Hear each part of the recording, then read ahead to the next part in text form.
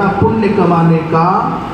अब अपने अपने अधिकार की सीमा में किसी को यज्ञ में आहुति देने में नियुक्त किया जाएगा, किसी को यज्ञ के संरक्षण की सेवा मिलेगी, किसी को यज्ञ के पोषण की सेवा मिलेगी, किसी को भोजन बनाने की सेवा मिलेगी, किसी को साफ सफाई की सेवा मिलेगी, किसी को अर्थ संचय करने की सेवा मिलेगी।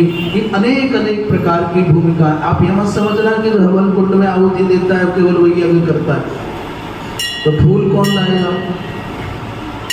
विश्वामित्र जी महाराज ने यज्ञ किया और यज्ञ करने के लिए उस यज्ञ की रक्षा के निमित्त उन्होंने भगवान राम लक्ष्मण को चुना। महाराज मेरे यज्ञ में विघ्न न आ जाए, आओ। अब आप कहो कि राम को यज्ञ का फल नहीं मिला होगा क्योंकि यज्ञ तो विश्वामित्र ने किया। विश्वामित्र जी को यज्ञ करने का क्या फल मिला ये तो हमको पता नहीं, पर राम जी को क्या फल मिला ये हमको पता है। इधर यज्ञ कराया, उधर बहू आ गई, इससे बढ़िया और फल क्या चाहिए? किसी बिना यज्ञ के बहू नहीं मिली, मिल जाएगी, पर सीता जी के जैसी बहू नहीं मिली। सहस्रों सहस्रों राजाओं के सर पर पांव रख करके धनुष भंग के व्यास से जो जनक नंदिनी जानकी माता सीता मिली, जिस धनुष को रावण नहीं उठा पा रहा है, बाणासुर नहीं उठा पा रहा है, वो धनुष ऐसे ही चुटकी में उठ गया। मैं कहता हूँ आप कहो कि भगवान थे इसलिए उठ गया, और हम कहते हैं उन्होंने संत की सेवा की, यज्ञ का संरक्षण किया, उसका परिणाम है कि धनुष उठ गया।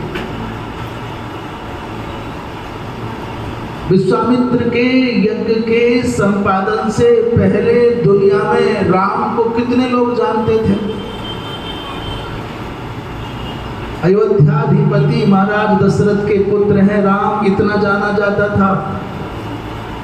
पर जब यज्ञ रक्षण के क्रम में आने वाली बाधाओं को पार किया, ताड़का सुबाहु को, मारीच को ठिकाने लगाया, तो उसका परिणाम हो गया लोगों की नजर में राम आ गए, राम की कीर्ति बढ़ी। फिर कहता हूं राम जी ने आहुति नहीं दी। राम यज्ञशाला के बाहर धनुष बाण लेकर के खड़े हैं, यज्ञ कर रहे महात्मा, और फल किसको मिल रहा है? जो जिस भाव से तल्लीन होकर के, तन्मय होकर के, विश्वास करके, श्रद्धा पूर्वक लगा, उसको फल मिले। बाधा पहुंचाने वाले अपने ठिकाने लगे, और जिन्होंने साधना की, साधक बने, सहयोगी बने, उनको आप जानते हैं क्या क्या। माता अहिल्या के उद्धार की सामर्थ्य राम में है, भगवान में इसलिए है, और हम दूसरी भावना रखते हैं। माता अहिल्या के उद्धार की सामर्थ्य भी विश्वामित्र जी महाराज के यज्ञ की रक्षा करने के कारण आई।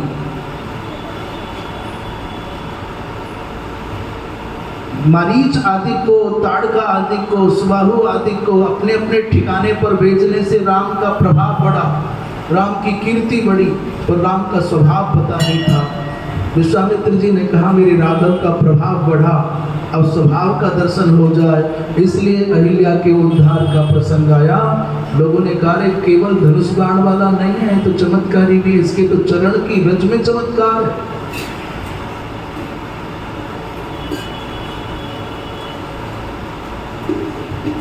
हम किसी की भावनाओं को ऐसे नहीं कह रहे कि मत मानो, भगवान है राम, वो किसी का भी उद्धार कर सकते हैं और कोई भी धनुष तोड़ सकते हैं और कुछ भी कर सकते हैं, पर हमारी अपनी भावना। राम ने मनुष्य बनकर के जीवन जिया है, भगवान होने पर भी, और वो बताते हैं कि मनुष्य कैसे अपना प्रभाव बढ़ाए, मनुष्य कैसे अपनी उन्नति करे, मनुष्य कैसे अपने जीवन को लोगों योगी बनाए। तो यज्ञ करो तो वो सामर्थ्य आएगी कि तुम किसी का उद्धार कर पाओगे, किसी को तार पाओगे। यज्ञ करो तो वो सामर्थ्य आएगी कि तुम बड़े से बड़े भार को, दायित्व को उठा पाओगे। यज्ञ करोगे तो श्रीमान हो जाओगे, यज्ञ करोगे तो यशस्वी हो जाओगे, कीर्तिमान हो जाओगे। यज्ञ करोगे तो आप देवताओं के, ऋषियों के, महापुरुषों के, महात्माओं के प्रिय हो जाओगे। और जीवन की बड़ी उपलब्धि क्या है? भगवान राम के जीवन का, जन्म का, अवतार का उद्देश्य राक्षसों को मारना मात्र नहीं है, अभी तो मनुष्य को मनुष्य की भांति जीवन जीना कैसे चाहिए वो सिखाने के लिए। भागवत जी में आता है कि मर्त्यावतारस्त्रिह मर्त्य शिक्षणम। भगवान राम का अवतार क्यों है? बोले मर्त्यावतार माने मनुष्यावतार। क्यों भगवान का? बोले मर्त्य शिक्षणम, मनुष्यों को जीवन जीने की शिक्षा देने के लिए भगवान का अवतार है। तो पुण्य कमाने का पहला मार्ग क्या है? बताओ क्या क्या है पुण्य? यज्ञ तो बाद में कहना, हमारे शब्द पे आओ। क्या बताया था? इष्ट। बोलो क्या है? अब कहा जी यज्ञ तो हम कैसे करें जी? तो कहा अच्छा चलो कोई बात नहीं, फिर भी वंचित नहीं किया जाता। तुम धर्मशाला बनवा दो, तुम प्याऊ लगवा दो, तुम बाग लगवा दो, तुम जहाँ लोग नहाते हैं बड़ी असुविधा होती है वहाँ सीढ़ी बनवा दो। ये है अपूर्व। बस अंतर इतना है कि यज्ञ हो गया तो यज्ञ करने पर नाम पट्ट नहीं लिखा जा सकता। कहाँ लिखा जाएगा यज्ञ कर दिया जी इन्होंने? पर आप कोई धर्मशाला बनाओगे, कमरा बनाओगे तो उसे पत्थर लग जाता है। यज्ञ का फल साक्षात भगवान के चरणों में पहुंच जाता है और अक्षय हो जाता है। जब तक व्यक्ति मुक्त नहीं हो जाता तब तक यज्ञ जन्य पुण्यों का फल तत्त योनियों में पाता है। पर ये जो अपूर्त कर्म होते हैं, बाग लगाना, बगीचा लगाना, धर्मशाला बनाना, घाट बनवा देना, अस्पताल बनवा देना, लोगों की सुविधा के साधन जुटा देना, इनका भी पुण्य है, इनका भी फल है। तो दो ही प्रकार हैं मनुष्य के जीवन में पुण्यार्जन करने के, लोकोपकार करने के, आत्मोद्धार करने के। एक है इष्ट और दूसरा है पूर्ण। तो भगवान ने ऐसा सौभाग्य जिनको, अच्छा यज्ञ माने मूल रूप से इष्ट क्या? यज्ञ माने तात्पर्य है देवताओं को भोजन कराने का संस्कार। जैसे यहाँ भंडारा लगाते हैं, 1000 लोग पावे, 10,000 लोग पावे, बड़ा अच्छा लगता है। मनुष्य पाते हैं, थोड़ी प्रशंसा कर जाते हैं, वाह भाई सेठ जी ने बहुत अच्छा भंडारा आंटा। ये चूंकि खाते दिखाई देते हैं और प्रशंसा करते दिखाई देते हैं, पड़ी हुई पत्तलें, गिलासों के ढेर, वो बताते हैं बड़ा हुआ है। अंतर इतना है, देवता खाते और बताते दिखाई नहीं देते। देवताओं ने प्रसाद पाया, ये किसने देखा? देवता हमारी प्रशंसा करते होंगे, किसने देखा? तो हम एक बात बताएं आपको, सनातन धर्मी इन आंखों पर मात्र विश्वास नहीं करता। सनातन धर्मी शास्त्र जो दिखाता है वो देखता है, आंखें जो दिखाती हैं मात्र उतना नहीं देखता। इसलिए सनातन धर्मियों को शास्त्र दृक् कहते हैं, शास्त्र चक्षु कहते हैं, शास्त्र नेत्र कहते हैं।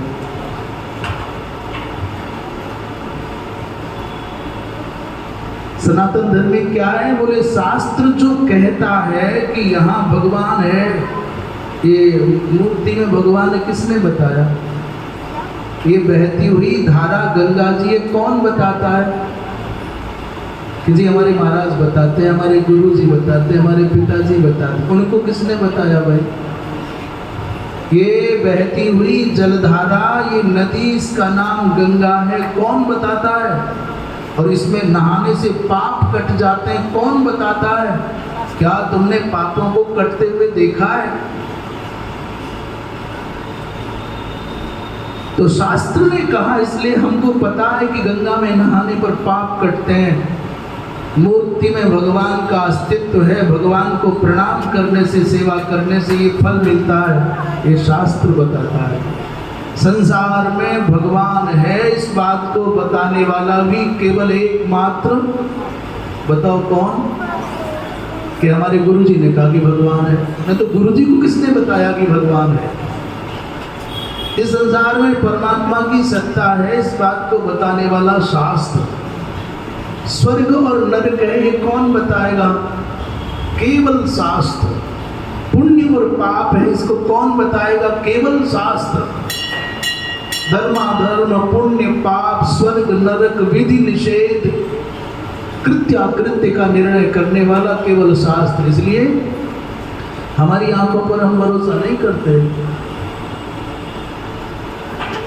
अपनी आंखों पर विश्वास नहीं करते, अपनी बुद्धि पर भरोसा नहीं करते। हम किस पर करते हैं? केवल शास्त्र पर। प्रमाण। आप अभी नहा के मंदिर आए हो, किसी की हड्डी से पांव लग जाए, हाथ छूट जाए, मंदिर आप आओगे? करे नहीं, अशुद्ध हो गया, चलो वापस चलते, नहाना पड़ेगा। किसी जीव की हड्डी छू गई तो नहाना पड़ता है, वस्त्र धोने पड़ते हैं। पर शंख क्या है? शंख क्या है? आपको पता है शंख क्या है? समुद्र से निकलता है, और जब समुद्र से निकलता है उस समय देख लोगे तो आपका मन नहीं करेगा कि मुंह पे रख के बजा दो, इतना गंदा होता है। शंख भी किसी जीव की हड्डियां हैं। तो एक हड्डी को छू लेते हो तो स्नान करने की बात करते हो, और एक हड्डी को माने आप मुंह पर रख करके बजा रहे हो, बोले पुण्य बढ़ गया। कौन बताया? केवल शास्त्र। मरे हुए मनुष्य के चमड़े को छू लेते हो, चर्म को छूते हो, तो आप कहते हो नहीं भाई जनेऊ बदलना पड़ेगा, नहाना पड़ेगा, मैं तो शव यात्रा में जाया। और मृग चर्म पर बैठते हो आप, बाघंबर पर बैठते हो, वो भी तो किसी पशु का, मरे हुए पशु का चर्म ही है। पर शास्त्र कहता है मृग चर्म बाघंबर इतना पावन, इतना पवित्र है। कौन बताया? यदि बुद्धि का तर्क लगाओगे तो किसी पशु के चमड़े पर बैठ पाओगे? शहद क्या है? ये बातें हम पहले भी कही होंगी और जीवन भर कहेंगे। इसलिए कहेंगे कि सनातन धर्मी अपनी आंखों पर, अपनी बुद्धि पर भरोसा नहीं करता, वो भरोसा करता है शास्त्र के वचनों पर। जैसा शास्त्र कहे वैसा करो, और जैसा शास्त्र वर्जना करे वैसा मत करो, निषेध करे तो मत करो। इसलिए सनातन धर्मी होते हैं शास्त्र दृक्। बताओ क्या होते हैं? अभी बोलोगे तभी तो किसी को बता पाओगे, हम सुनाने नहीं आए। शास्त्र दृक् माने दृक् कहते हैं नेत्रों को। क्या होते हैं सनातन धर्मी? शास्त्र दृक्। सब नहीं बोले अभी, जब तक नहीं बोले तब तक नहीं छोड़ा। जी बोलो। शास्त्र दृक्। अपने आप को बोलो कि मैं शास्त्र दृक् हूं। भाई शास्त्र जो दिखाता है वही देखता हूं। काशी में जाने पर, मरने पर मुक्ति मिलती है, किसी ने आंखों से देखी है क्या? किसने दिखाया, किसने बताया? शास्त्र ने बताया, और हमारा विश्वास अटल हो गया, हाँ ऐसा होता है। इसलिए यज्ञ जो किया जाता है वो केवल यहाँ भोजन भंडारे के लिए नहीं, यहाँ के लोगों को तो मिलता ही है, और देवताओं का भोजन है। और जैसे कोई पवित्र भोजन करने वाला, जिसका कोई नियम है कि ऐसी ऐसी अवस्था में भोजन मिलेगा तो करेंगे, यदि उन विधियों में कहीं उल्लंघन होता है तो भोजन नहीं करें। आपने सेठ जी, गीता प्रेस के संस्थापक सेठ जी, माने कौन सेठ जी? गोयनका जी। उनका नियम था कि किसी घर में यदि कुत्ता होगा तो पानी भी नहीं पीते थे। उनका नियम था जिस घर में कुत्ता होगा पानी नहीं पिएंगे। और देखो व्यवहार कैसे साधा जाता है, नियम की रक्षा कैसे की जाती है। उनको लग रही थी भूख, बड़े सन्निकट के व्यक्ति के यहाँ गए, बहुत समीपस्थ व्यक्ति था। जिन दिनों गीता प्रेस की संस्थापना चल रही थी उन दिनों की घटना है। 2-4 लोग साथ में रहते, गए तो उनको कुत्ता दिखाई दे गया। रास्ते में जा रहे थे, बड़े जाए और बैठे नहीं जाके साथ पाड़ा। सबसे पहले आते ही पूरा घर स्वागत में खिल उठा, पलक बावड़े बिछा दिए, कोई प्रणाम कर रहा है, कोई आसन ला रहा है, भगदड़ मच गई। इतने में कोई पानी ले आया।